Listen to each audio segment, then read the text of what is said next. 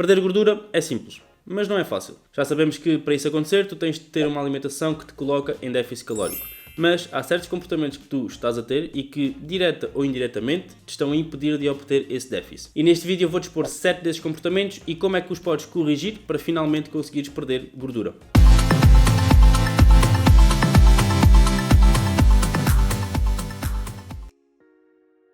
Primeiro erro, não ter uma estrutura no que toca a refeições. Vamos pegar em duas pessoas. Uma delas pensa deliberadamente nas refeições que vai fazer no dia e também nos horários aproximados. A outra faz refeições quando tem tempo ou quando tem fome, sem colocar grande pensamento e planeamento na coisa. Agora, destas duas pessoas, quem é que tu achas que vai ter maior sucesso ao longo da dieta? Se disseste a primeira, tens toda a razão. Como alguém mais inteligente que eu um dia disse, falhar em planear é planear para falhar. E, no que toca a fase de perda de gordura, esta afirmação assenta que nem uma luva. Planear um número e horário aproximado de refeições que tu fazes por dia e que cumpres todos os dias é um comportamento extremamente útil do ponto de vista da aquisição de bons hábitos. E aqui, caso tenhas horários diferentes de dia para dia, essa estrutura vai ter de ser ligeiramente diferente de uns para os outros. Mas isso não é uma razão válida para nem sequer pensares em criar essa estrutura. Como eu costumo dizer aos meus clientes, foca-te na solução, não no problema.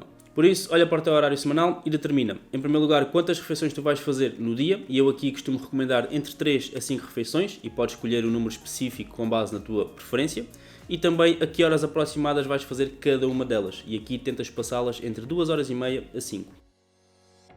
Segundo erro, não planear e preparar as refeições com alguma antecedência. Imagina que tiveste um dia longo de trabalho, que tiveste que aturar um ou outro colega que não te apetecia muito aturar, que passaste mais tempo do que normal no trânsito, etc. Chegas a casa e não tens nada preparado para comer, nem tens opções assim que sejam rápidas e boas. O que é que tu fazes? Mandas vir comida de fora. Fazes isto desta vez, e sabe-te bem, o teu cérebro gostou do feeling da coisa. Por isso, o que é que tu achas que vais fazer quando te apanhares novamente nesta situação?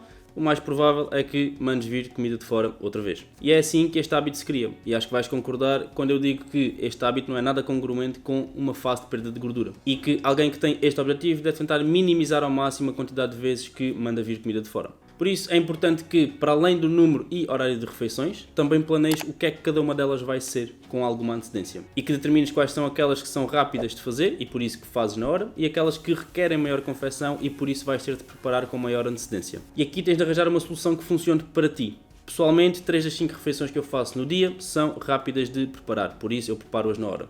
As outras duas são confeccionadas com alguma antecedência. E eu tenho um horário bastante flexível, por isso quando já só tenho 1 a 2 dias destas refeições preparadas com antecedência, vou às compras e trato de planear tudo e preparar tudo para mais 4 ou 5 dias. Mas se calhar tu podes não ter tanta flexibilidade e por isso vais ter que pensar um pouco mais sobre como é que vais abordar a coisa. O que eu costumo implementar com os meus clientes e que tende a funcionar muito bem é aproveitar os dias de folga para fazer este planeamento, ir às compras e preparar tudo que tem que ser preparado até ao próximo dia de folga. Desta maneira, quando chega a hora de fazer cada refeição, das duas uma, ou é uma refeição prática e que tu não vais ter problema nenhum em fazê-la na hora, ou então é uma coisa mais elaborada, mas como já está feita não precisas de pensar em nada. É só tirar do frio, aquecer e comer, e assim estás a habituar-te a tomar boas decisões.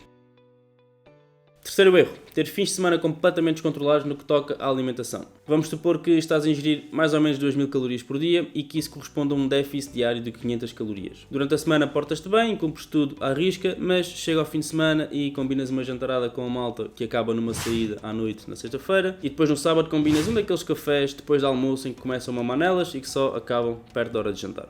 Tu com estes 2 eventos vais, com relativa facilidade, anular todo o déficit que acumulaste ao longo da semana e por isso não vais conseguir perder peso neste espaço de tempo. Agora sim, tu podes e deves ter algumas refeições livres na semana. Com toda a gente que eu acompanho, dou entre 1 a 3 refeições livres, tendo em conta a fase em que a pessoa está, para também aproveitarem tempo de qualidade com familiares e amigos. Posto isto, deve haver um planeamento prévio do que vai acontecer nessas refeições e também nas restantes refeições desse dia, e às vezes até dos dias anteriores. Isto para contrabalançar o aumento de calorias que vai haver nesses eventos. E aqui vou dar 2 exemplos. No primeiro exemplo, tu vais jantar fora, mas sabes que vai ser uma coisa mais ou menos controlada. Aqui podes simplesmente pensar em reduzir um bocado as calorias nas outras refeições que fazes nesse dia. Pensa, por exemplo, em fazer apenas mais 3 refeições, em que tens sempre uma grande quantidade de proteína em cada uma delas, acompanhada de 1 a 2 porções de vegetais, fruta, leguminosas. No segundo exemplo, vais ter um evento em que vai ser muito difícil não abusar. Por exemplo, um casamento de dia inteiro de um grande amigo teu. Neste caso, para além de, no casamento, tentares focar em ingerir muita proteína, obviamente aproveitando a ocasião, nos 2 a 3 dias que antecedem o casamento, tu podes aumentar um bocado esse déficit calórico, passar talvez de 500 calorias de déficit para 700, para simplesmente teres mais margem de manobra para esse evento.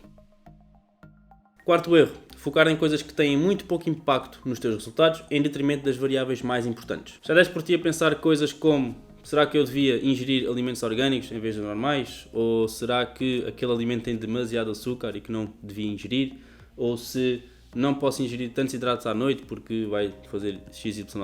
Variáveis deste tipo têm uma importância mínima, se é que têm alguma, na obtenção de resultados, mas a malta tenta focar-se muito nelas. A verdade é que, para perder gordura, as variáveis mais importantes são, de longe, o balanço energético, ou seja, colocar-te num déficit calórico, e também consumires proteína suficiente por dia. Estes dois vão dar 90% ou até mais por cento dos resultados, e é nisto que tu te deves focar. As coisas que eu disse no início do vídeo, pouco ou nada interessam, mais para o lado do nada, para perder gordura, e as respectivas decisões devem ser baseadas na tua preferência. Quinto erro, não preparar o ambiente para o sucesso. No outro dia fui à despensa buscar qualquer coisa e deparei-me com uma caixa de Kinder Delicious e instantaneamente apeteceu-me comer um. Não o fiz, mas fiquei a pensar nele durante alguns minutos. Se eu estivesse em dieta, principalmente se estivesse numa fase mais avançada da mesma e isto tivesse acontecido no final de um dia muito cansativo, se calhar até tinha jogado a mão.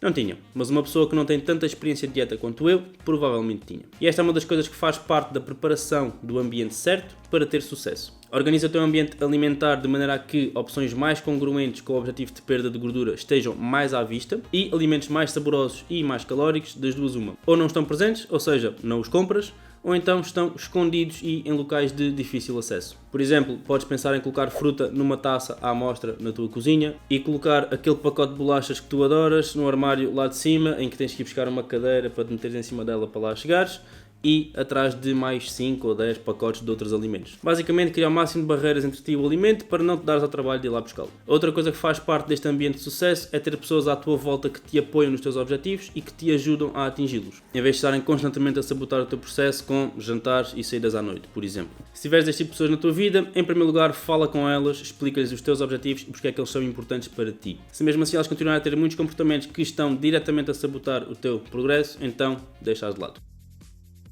O sexto erro não tem a ver com a alimentação, mas também é muito importante, e é treinar em demasia. Estás a ver aquela pessoa que treina a sério no ginásio 3 a 4 vezes na semana, ou seja, estilo hipertrofia, mas depois faz cardio, aulinhas de grupo e essas tretas todas, todos os dias da semana, e se queixa que está sempre cansada, tem umas dorzinhas aqui e ali no outro lado, e que não consegue perder gordura apesar de fazer tanto. Pois, um erro que essa pessoa e muitas outras cometem é pensar que quando se quer perder gordura temos que fazer mais e mais e mais e mais, para tentar queimar o máximo de calorias possível. Mas isto está errado. O que a malta tem de perceber é que, primeiro, o exercício físico não queima assim tantas calorias quanto se pensa e não queima nem de perto aquilo que muitos gurus que andam para aí dizem. Segundo, do ponto de vista do organismo, mais treino equivale a mais stress, do qual ele vai ter de recuperar. E numa altura de dieta, a tua capacidade de recuperação vai estar diminuída, porque tens menos recursos a entrar através da alimentação. E esta dissonância entre stress imposto e capacidade de recuperação vai estar a trabalhar contra ti. A verdade é que em dieta e no que toca a treino, muitas vezes menos vai acabar por ser mais. Foca no treino de hipertrofia, pelo menos 3 vezes na semana, e em fazer volumes moderados a baixos e intensidade moderada a alta. Quanto ao gasto calórico, tenta manter-te ativo, ou seja, dar no mínimo 8.000 passos ou assim por dia. Isto vai permitir-te aumentar um pouco o gasto calórico sem induzir tanto stress ao organismo, porque estás basicamente a andar. E quanto a cardio formal, eu aconselho a fazer entre 0 a 2 vezes na semana. E o mais importante aqui é ir aferindo as respostas do teu organismo e ir adequando a quantidade de stress que tu estás a dar ao mesmo, à tua capacidade de recuperação.